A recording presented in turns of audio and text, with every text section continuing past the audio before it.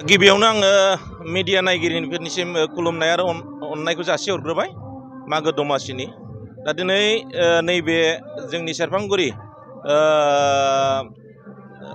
ओनसोलखौ लानानै जोंनि मानगोनां ससियेल वार्कार आरो मुंदांखा फालांगिरि बिथां मनरन्जन ब्रह्मनि जे एरेन्जमेन्ट खालामनायाव दिनै बेहाय गावनि जे टाउमिल कम्पानियाव गाजा गोमजायै मागो दमासिखौ फालिनाय जादों आरो बेयाव फालिनायाव जोंनि ओनसोलनि गुबुन गुबुन हारि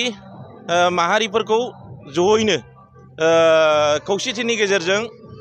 बेवहाय दिनै मागो दमासिखौ जोंनि बर'नि ट्रेडिशनेल फुड आइटेमफोरखौ लानानै बेवहाय दिनै जयैनो रंजानाय फोरबो फालिनाय जादों। दिनै बेवहाय बाहागो लानाया दिनै कच राजबंसि बिथांमोन हारिनि बिथांमोन दङ आरो बेवहाय नेपालि सम्प्रदायनि बिथांमोन दङ आरो सावतालि आरो बेसिकेलि बेहाय मेजर भाबै बाहागो लादों जोंनिनो बर'नि रायजो राजाफ्रा आरो मेक्सिमाम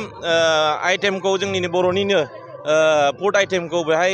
बानायनाय जादों आरो बेवहाय गासै जोंनि बे ओनसोलनि रायजो राजाफ्रा बेवहाय बाहागो लानानै गाजा गोमजायै रंजानाय फोरबोखौ फालिनाय जादों। बर' माहारिखौ लानानै आसामनि गासैबो हारि माहारिफ्रा बे दमासि बोथोरखौ मानियो आरो बेखौ असमियाव जेरैबायदि भगालि बिहु